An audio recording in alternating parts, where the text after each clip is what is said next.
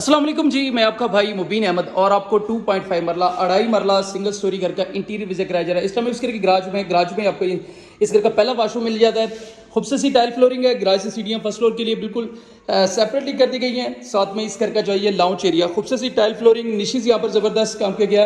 Contrast सा paint का काम है। सीलिंग के डिज़ाइन आप देख सकते हैं, खूबसूरत से जो है इस घर में सीलिंग के डिज़ाइन रखे गए हैं। साथ में इस घर में जो है सेपरेट सा ओपन स्टाइल में किचन रखा गया है, जिसकी कैबिन क्वालिटी आपको जो है बड़ी ज़बरदस्त किस्म की यहाँ पर जो है वो इंशाल्लाह इंस्टॉल मिलने वाली है। नक्शा बड़ा ही ज़बरदस्त है। आपके लिए 2 वाशरूम इस घर में आपको मिलने वाले हैं।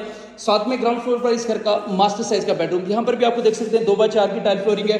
अटैच बाथ के साथ मिलेगा। सीलिंग के डिज़ाइन ज़बरदस्त किए जा रहे हैं। अभी कुछ छोटे मोटे काम रहते हैं वो इंशाल्लाह करवा कर देंगे। ये इस घर का दूसरा वाशरूम, साथ में इस घर का ventilation area, motor pump install मिलने वाली है।